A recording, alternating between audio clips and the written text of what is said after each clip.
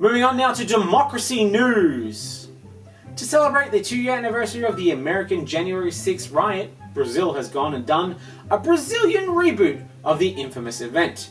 Only 2 days late and using local celebrities, so inevitably it was never going to get as much media attention as the original, despite the large-scale production values.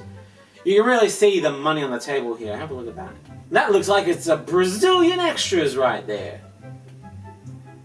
Typical Americano-centric media landscape, really.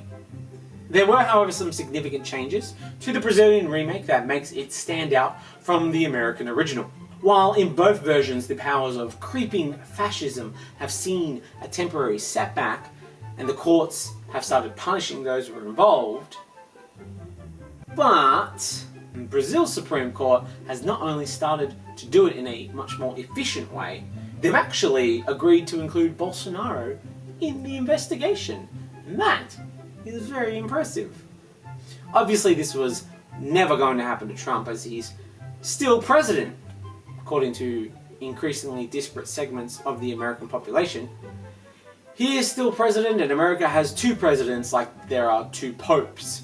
But only one of those presidents gets to actually make decisions and have any kind of power, while the other one is no longer president. It is the first time that Bolsonaro has been named among those potentially responsible for the January 8th riots.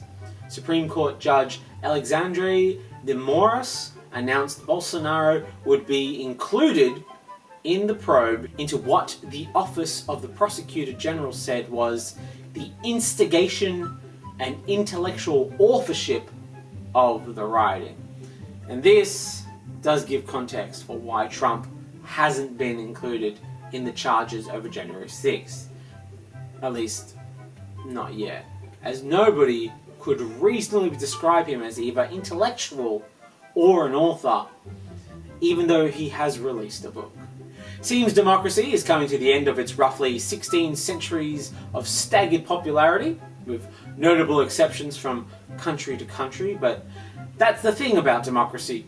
Not everyone has to be on board for it to work. Populism is giving a popular replacement at odds-on favourite for the new order, though it is easy to be favourite when you just tell people what they want to hear, regardless of the logic, consistency, and the general restrictions imposed by living within the boundaries of reality. As long as we take down the elites, and remember that the elites definitely doesn't include the person here talking to you who has enough money for a presidential/prime ministerial campaign, only the other people with that kind of money.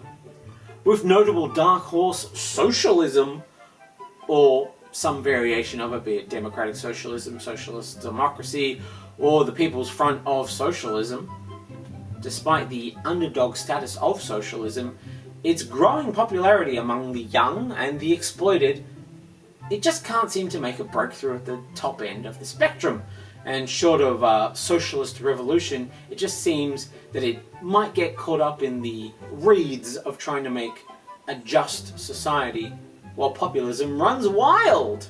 It's going to be an interesting few years as the surviving vestiges of authoritarianism are scattered among the countries, pounding their chests and refusing to be ignored, and the weird love affair with capitulating to the higher power, allowing some monarchies to remain even in simply ceremonial positions that only occasionally impose their will and power on otherwise democratic societies, living the life of a socialist parasite in a golden-clad palace and allowing others to starve in the streets while simultaneously denouncing dictators for not looking after their people.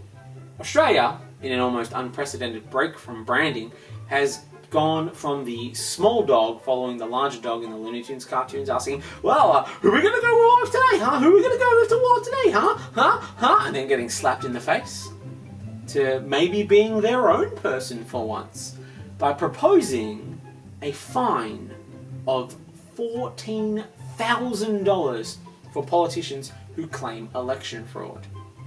This was proposed by independent MP and Abbott Slayer, Zali Steggall, who made the proposal with the intention of holding Australian politicians who falsely claim election fraud to account, with fines and the possibility of being forced to publicly retract their statements.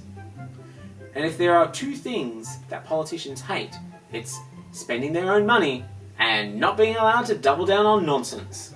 After anti-lockdown protesting in Victoria resulted in open threats to kill politicians in Melbourne, Steggall was inspired to use crossbench power to get the proposition through.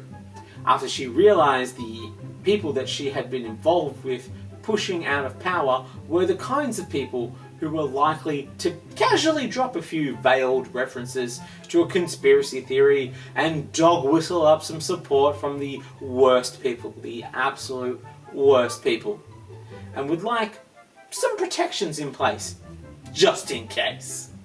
While the Greens have thrown their weight behind the idea, the plan does face some roadblocks, with Jackie Lambie saying she's not sure if we'd nailed the model, and non-commitment from the Labor Party. Which can't be too much of a surprise given Labor's major argument against the coalition is they're lying to you! And holding politicians to claims about elections is one step closer to holding them accountable to anything that they might say in Parliament.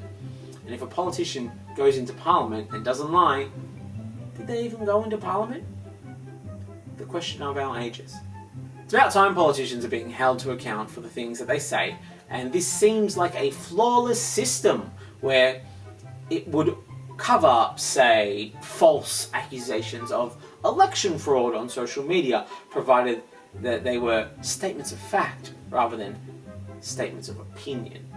Ah, there it is. The old statements of opinion defense, meaning politicians and Sky News/Fox News have finally got the excuse that they need to merge and become one multifaceted, single-minded engine of deception designed by committee to maximize your fear and ply you into accepting larger and larger levels of bullshit. But not even the fun kinds of bullshit, the kind that wants to separate you from your sense of class solidarity, your money, your sense of identity, your cash, your understanding of who is really out to get you, and of course, your finances. Don't forget to subscribe to the Patreon and come to see my live shows, or else immigrants will come and steal your cash-in-hand jobs and claim the dole at the same time. You'll be forced to pick fruit for them.